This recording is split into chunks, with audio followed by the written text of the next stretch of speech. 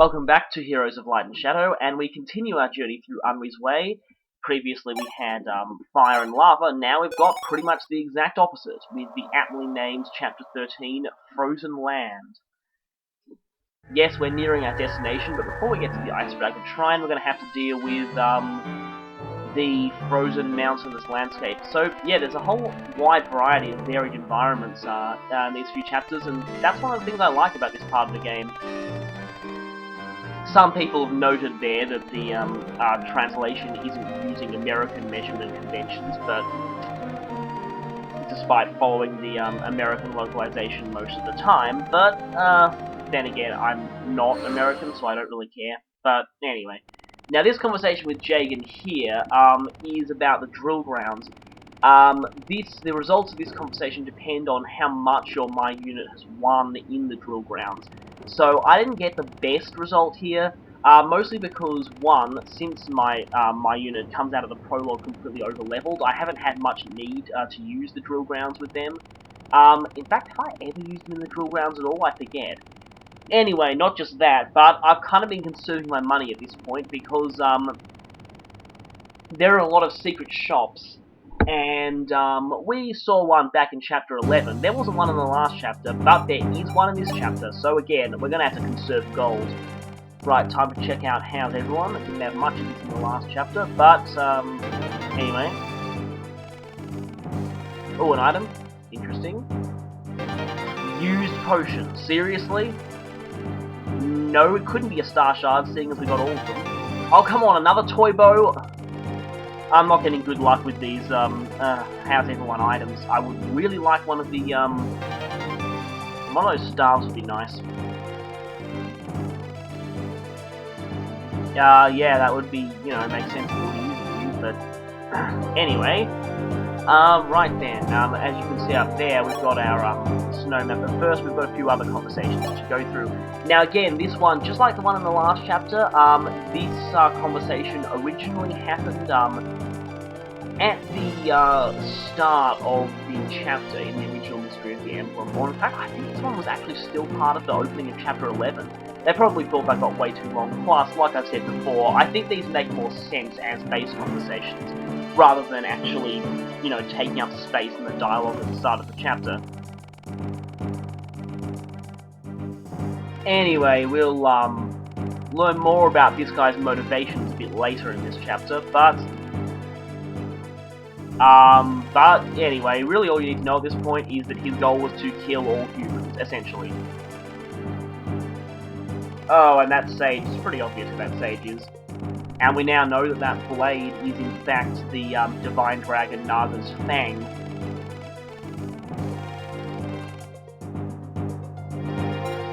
So yeah, Unri went on this whole quest to go through the Desert of Death, the Fire Dragon's Graveyard, and then the Ice Dragon Shrine just to get the sword, and we found out from Chapter 11 that Unri went through all this alone.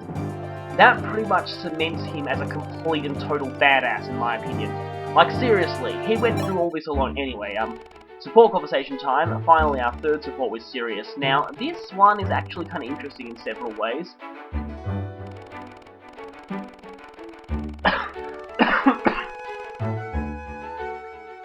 Interesting. Yeah, everyone breaks their weapons every once in a while. You pretty much got to deal with it. Now this bit here.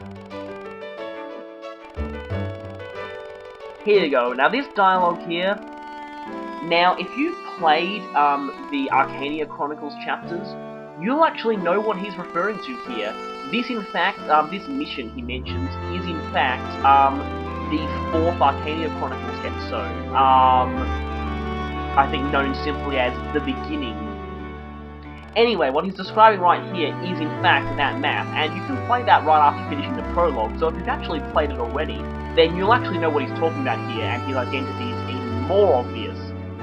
And now for some reason the fact that he mentions his weapons breaking, now apparently in the original voice-acted version of that particular Arcania Chronicles episode, alright, just stopping for a second, because apparently, someone's attacking us during a support conversation. That also kind of happens in some supports in Awakening, I've read, but I don't want to spoil you which, just for people who are sensitive as well. Also this bit. Unfortunately, you don't get to see a maskless Sirius sprite. They couldn't really be bothered to make a new portrait just for that, unfortunately. But again, we pretty much know who he really is by now. It should be really obvious by now anyway. But anyway, like I said, in the original voice-acted version of that Arcanian Chronicles chapter, the fourth one, apparently it was implied that canonically, the guy who Sirius is, I won't mention his name just yet, even though it's really obvious, that canonically his legendary lance did in fact break in that chapter. Yeah, so apparently the Greativus actually broke and had to be repaired, or something. I'm not entirely sure of the specifics, because I'm not too familiar with the actual voice acting in the original DS Fire Emblem episodes, mostly because there aren't many translations available online. But anyway, I also learned this information just from someone on Serenade's Forest who commented on my original first playthrough log that I did when the game first came out in Japanese, ages ago. Anyway, right, fast second support conversation. Well, yeah, basically, he's kind of referencing stuff that happened in his previous ending. Right, now here's what I'd probably like to talk about. This conversation is probably the first one in this playthrough that I've got that is considerably, and I mean radically different depending on your My Unit's gender. So, after this I may have to talk about, just how this conversation goes with a male My Unit, because it's very, very different. Both of them lead to essentially the same result, but yeah, this is probably the first one I've got so far that is very different depending on gender. Right, up until this point, it was pretty much the same for each gender. Around here, yeah, this part of the conversation is the female version. Daxton's rather embarrassing. That's funny because that brings images of Olivia from Fire Emblem Awakening. I had no idea she would be characterized like that when I saw her voice acting, but it seems her whole Hazukashi stuff has become almost mimetic among certain people. But anyway, it leads to that line, and she was just trolling you. Essentially, this bit's also pretty much the same, but essentially, with a male My Unit, Fina pretty much hits on them. Again, it's just her messing with them, so basically Fina kind of enjoys trolling you for your amusement. But again, in the male version, she offers to show you her, quote, special dance, unquote. I decided to do this conversation next because it kind of flows better with the other one. Again, from one Fina conversation to another. Now I've got Fina and Narbal's second one. Anyway, like I was saying, the term special dance has actually been used in earlier Fire Emblem games, mostly 4, if you get this one particular conversation involving Alec and Sylvia, which is the one I advise most players to definitely not get, because the vast majority of players who see that conversation end up with them accidentally paired, and they are a terrible pairing combination. And other than that, I believe the whole special dance thing was also used with Layla in FE6, I'm not entirely sure. But generally, special dance is usually a euphemism for something else. But anyway, this conversation is pretty self-explanatory. Right, now this one, which I actually, funnily enough, have never seen before. And the music playing here, I'm pretty sure. I believe this is a rendition of the theme of love, which you might remember playing back with the Minerva and Mishalis conversation back in chapter 11. Really amazing theme. This is a different variation that only plays in certain support conversations, usually between romantic pairs, but it can sort of happen regardless. Anyway.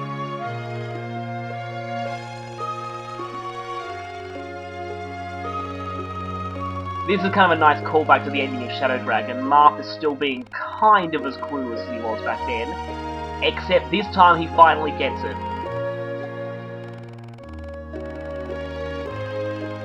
Yeah, he's kind of come a bit of a way when it comes to recognizing romantic feelings than he was in Shadow Dragon.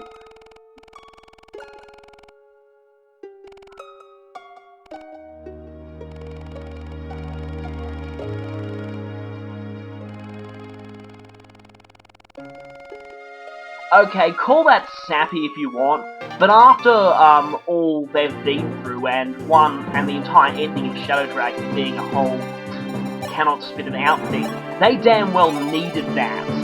Especially after he kind of unintentionally offended her in the previous two supports. Anyway, might want to do a tiny bit of drill grounds here, mostly because, Narval did not get as much experience as I thought he would in the last chapter. I felt for sure there would be more reinforcements. I guess I was... Yeah, there's no real reinforcement guide to this game that's up yet, so I had to rely on the reinforcements guide for the original Mystery of the Emblem, which turned out to be very wrong. A lot of details have been massively changed for this game. Oh, and right there, you saw the trick of using a one-use left weapon in the arena. It'll last you the whole battle, but will break immediately afterwards. So again, that's actually a pretty nice use of weapons that only have one use left. Again, I planned for Bart to get some more experience in the last chapter, but that kind of ended badly. Anyway, in the original Mystery, the reinforcements still triggered when you went past that first set of ports, but... Oh, wow, that was close. Way too close. But at least Bart ended that well. Again, they triggered in the same way, but the reinforcements only showed up from those forts behind, and weirdly enough they were 2 barbarians and 1 dragon instead of 2 dragons and 1 barbarian. So, the reinforcements were a little worse this time, and considerably more annoying in how they're placed. So again, don't rely on the original Mystery of the Emblem reinforcement data, because a lot of it's been changed. Some of it for the better, but yeah, back in that last chapter, I really underestimated the reinforcements, and it cost me dearly. A lot of restarts back there. And there were a lot of restarts in this one too. Right now, as you can see here though, time for some good news. It's promotion time. Yes, this chapter is going to be the promotion chapter. In most of my playthroughs, I tend to have most of my characters promoted by this point. Around exactly this chapter. This tends to be the chapter where pretty much everyone promotes. You'll notice Elwyn is really close, Mary Sue is close. Generally everyone is level 19 to 20, or at least is easily going to get there this chapter. Ogma and Narval and Bast aren't quite there, but after a few, fighting a few dragons, they certainly will be. Now again, I'm redistributing the Star Shards a bit because, well, we want to make as much use of them as we can. We're only going to have the Star Shards for 2 more chapters, including this, well, 2.5 chapters, including this one. So we're going to want to make as much use of it while we can. After the Star Shards are redistributed, it'll be time for some promotions. A couple of characters, namely Caprio and Ryan, I can both promote them right now. Most of the others will be promoting during this chapter, so you can look forward to that. So basically promotions for everyone. And yeah, this is when our army starts kicking some serious butt. So basically, yeah, everyone's going to become really awesome. I don't know what I'm saying this. And I'm pretty sure I've got, yeah, okay. I had enough Master Seals to promote everyone except for Militia and Mary Sue. And then, of course, since the boss of this chapter drops yet another Master Seal, I had one left for her too, so... Really, Militia was the only one who missed out here. Strangely enough, Chapter 14 just so happened to give me one more Master Seal so I could promote her too.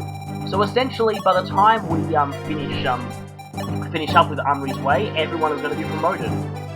And, actually, we're going to level up quite a bit too. So, basically what I'm doing is, everyone who's not quite level 20 yet, I'm sending them in with a Master Seal so they can promote mid-chapter. Of course, I kind of like the Path of Radiance system where you can just get them an extra level after they've got up to level 20 to promote them without the use of an item, but you can't really do that in this game, so yeah.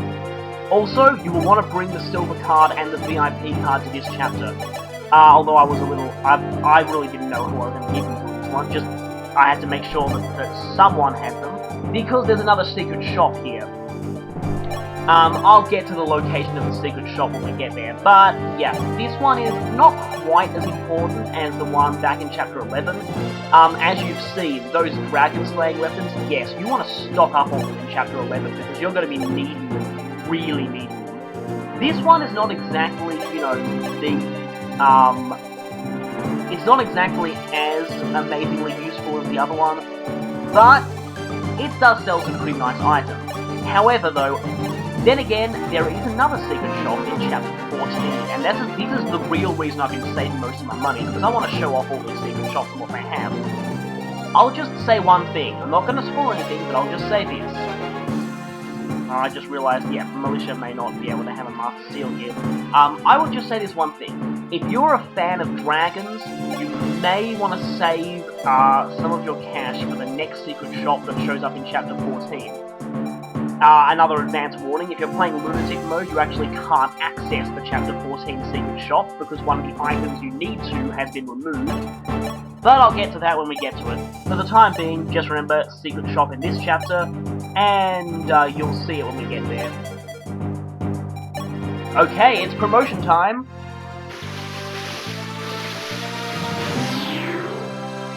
And thus, Ryan goes from Wimpy Kid to Death Incarnate. Well, actually, he wasn't really a Wimpy Kid before, he was pretty amazing. But anyway, notice those ridiculously high promotion gains? Yeah, that's more on account of the Sniper class having radically higher base stats than Archer. And I mean really higher. Archer has awful base stats, and Sniper has ridiculously good base stats, but... And Catria has gone from Death Incarnate to even more painful Death Incarnate. But you might notice there, promotion to Draco Knight as opposed to Falcon Knight does not affect your skill and speed. It does give a considerable boost in strength and defense.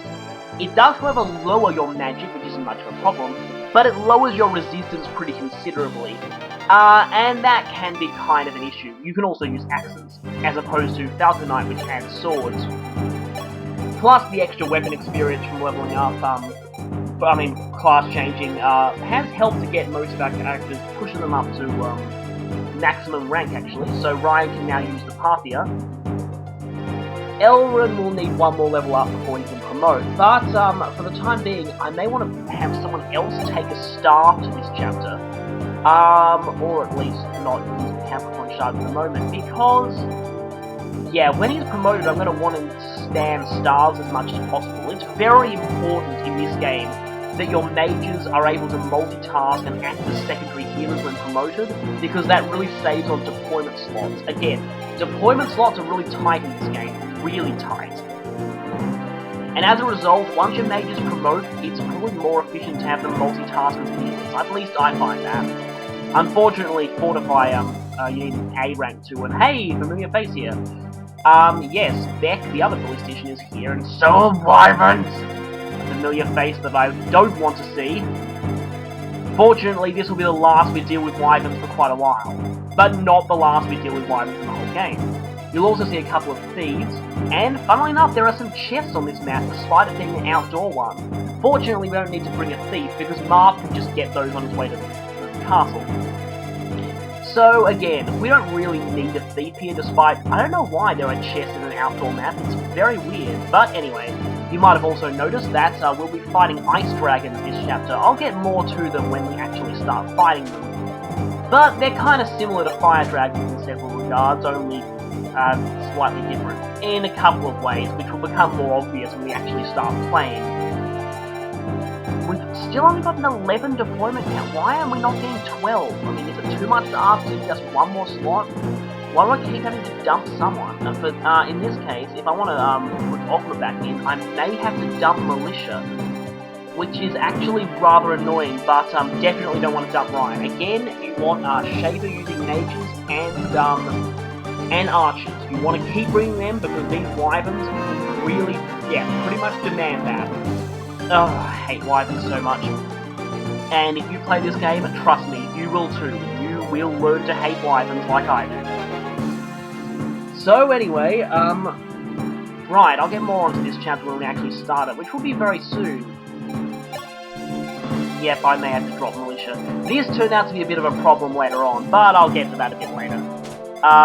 Okay, just arranging putting Ogma and Narval on the same route because they get support bonuses, and putting Fina there for her support with Narval too. And let us begin. Almost. Yeah, that looks about right. Yeah, Ryan's got that healing staff you can give to, He's going to give that to Elrond once Elrond promotes. Right, now more exposition. And, this time, the answer to that "are we there yet" question is actually yes. Except, after we cross this big snowy field. We can see the Ice Dragon Shrine all the way over there. So apparently Goto is over there. And, well, given that Tiki has a Divine Dragon Stone and she was the only one who could use it, it's pretty obvious she was a Divine Dragon. But apparently Zane and Goto are Divine Dragons too. Although that doesn't really explain Zane's ability to transform into people. Both of them threw away their Dragon Stones a long time ago, and Zane still has a bit of a grudge against humans, which actually kind of makes sense. And in fact, this actually gives a lot of, this makes Medius, the Earth Dragon King and the feared Shadow Dragon, previously sort of just a generic kill everyone villain, gives him kind of a backstory, and I mean, you kind of do start to think, I mean, it doesn't really make him sympathetic in any way, given that he pretty much wants to commit genocide on humans, but, well, they did treat the Manichees pretty horribly, and I can kind of understand why he sort of went crazy and tried to kill them, because really, I mean, they were oppressing them, I mean, who wouldn't in that situation? And so Zane was apparently alive back then, which makes him very old. He's probably quite a bit older than Tiki is, given that he looks like a teenager, and Tiki still looks like a child, so, again, Zane is probably quite a bit older, and given that Goto looks like an old man, and he's a dragon, that must mean that Goto is really ancient. Really, really ancient. I mean, he probably witnessed the events of FE4, actually. Which is actually kind of interesting. Was Goto present when the original dragons gave their powers to the Crusaders? Was he still a dragon at the time? Could have easily been. Anyway, speaking of that, some people think that the whole fact that what are their names? Yes, the fire god Salamander and back then Naga took the form of a young girl, and Salamander, the fire dragon, who was called the fire god by the humans, took the form of an old man. Some people think that was an intentional reference to Tiki and Bantu. But presumably, Salamander wasn't as pathetic as Bantu is, given that those with his blood, like Albus, are pretty damn awesome. Anyway, this is an ice dragon. This is what they look like. Yeah. Well, we're not actually seeing them fight yet, but the thing you should know about ice dragons, there are a couple of things you should know. Firstly, ice dragons specialize in skill. They all have pretty decent skill stats, and this can be a problem as it results in more frequent critical hits. I found this out the hard way in one of my failed runs. Believe me, you'll see that in the next installment of the Fail channel. Oh, that was painful. But anyway, ice dragons, again, they can be killed by worm slayers and the like. In the original Mystery of the Emblem, they were also weak to fire magic, but considering that fire dragons are no longer weak to ice magic, it's pretty safe to assume that ice dragons' weaknesses were also removed. So it kind of makes fire magic a little bit less helpful to bring here. I mean, normally you should have brought things like Hellfire and well, you can't have Volcano yet, but things like Fire and Hellfire and the like to this chapter. But it's not really that important now, although they still have, well, actually their resistances are reasonably high too, but their defense is pretty good. Like, in fact, ice dragons are some of the more defensive dragons, so you gotta watch out for that. Now, here's Ryan. He didn't crit that time, but yeah, the one thing you should probably know, once Ryan promotes, things start dying en masse. As you can see, the +5 speed means that now he can finally double things consistently. And yes, stuff is going to die. A lot. A lot of things are going to die. Watch out for those silver axes, and that pole axe could be nasty too. But so yeah, now remember back in the desert chapter, the Sand Clan were pretty pathetic for the most part. They just had pretty lame bandits and a couple of hunters that really didn't do much, mostly because now here you can see how awesome Catry with the Silver Lance is. One-shotting mages, always fun. Anyway, sorry, yeah, Sand Clan. yeah, and their hunters really couldn't do anything, mostly because your flyers were generally fast enough to stick out of their range more often than not.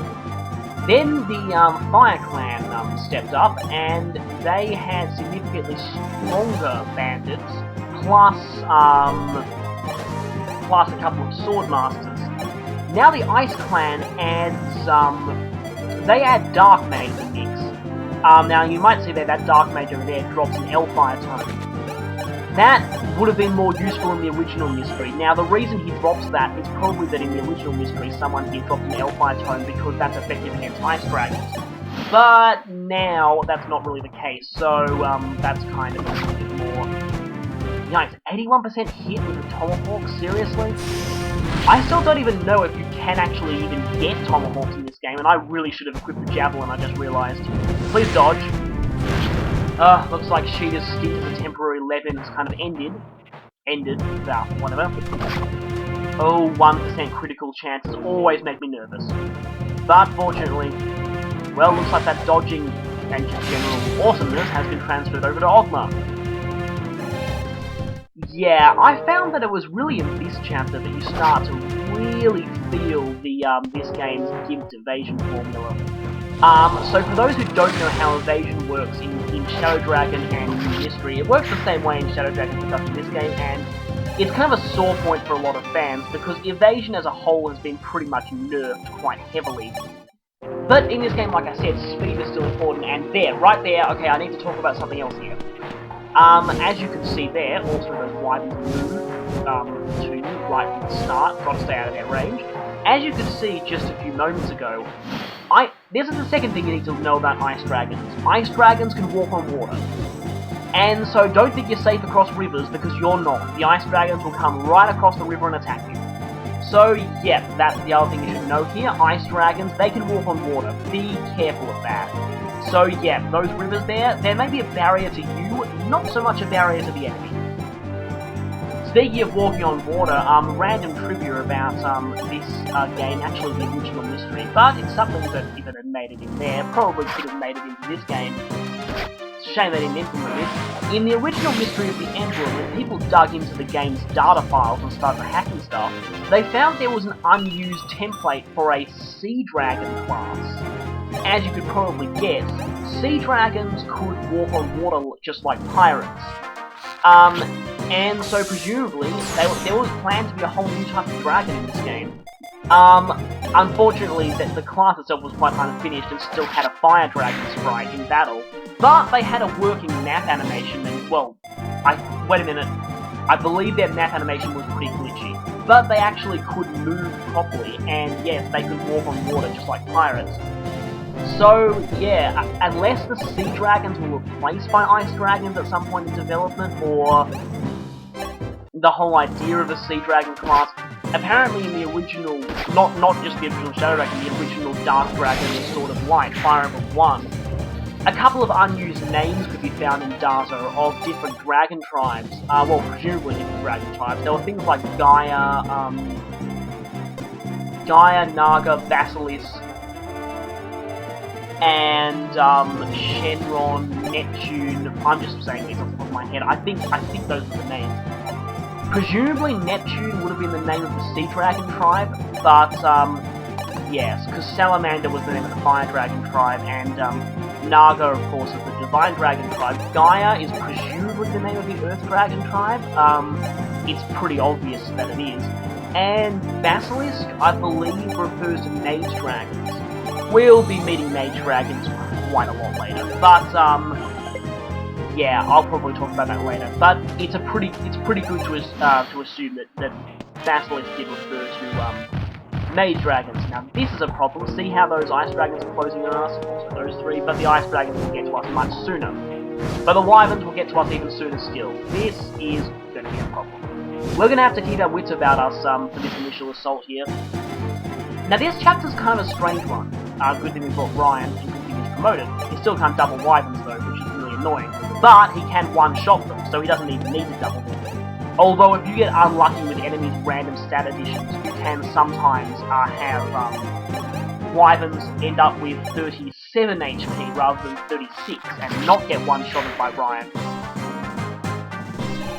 But still, I'm trying to save the dragon kills for Ogma and Narbal, because Ryan, he's already promoted, he doesn't need them quite as much. Fortunately, I can pick this guy without fear of dying. But it was around this point that I started to really realise, actually, not bringing Militia may have been not such a good idea. Don't mind the bad level ups, they're pretty much maxed out everything they need to anyway, and I can even do this without Wormslayer, in fact. Speaking of Wormslayers, you might notice a thief just pilfered a dragon pike from the chest. Yeah, the chest in this chapter mostly contains extra dragon slaying weapons, just because the game is being suspiciously generous on you. Sirius can survive 2 of those at once, I believe, but Venus certainly can't, so she's going to need to get away. Come on, crit. Oh. If he kills just one of these guys, Elrond will level up and be ready to promote. But for the time being, we can just use them as easy experience for people like Fast.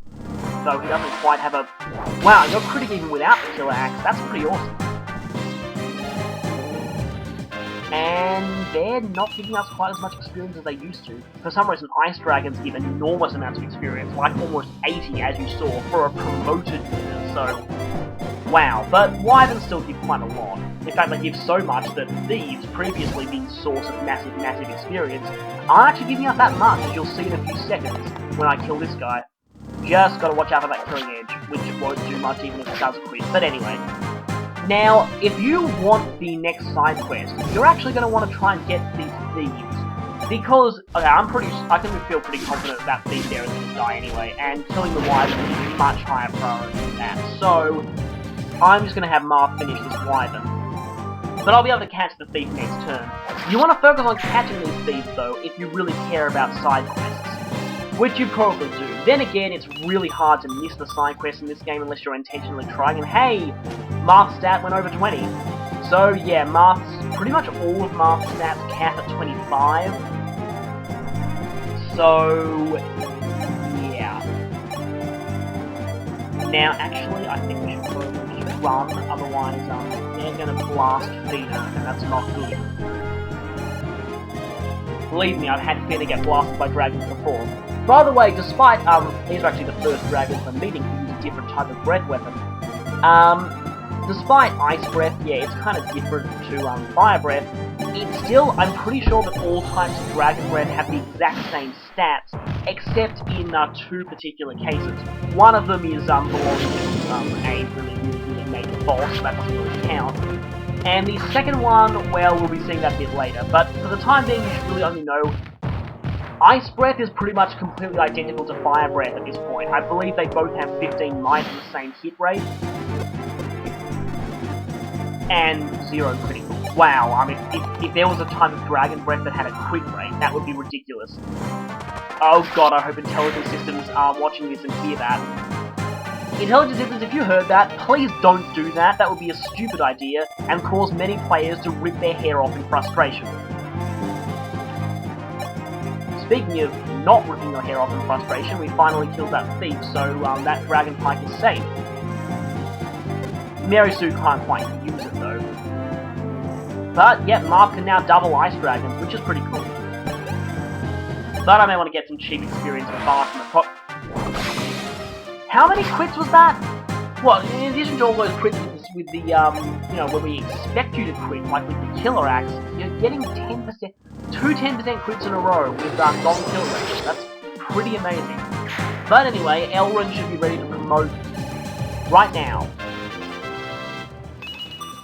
Oh, come on, you can do better than that. And you've got a good skill growth, you might as well show it.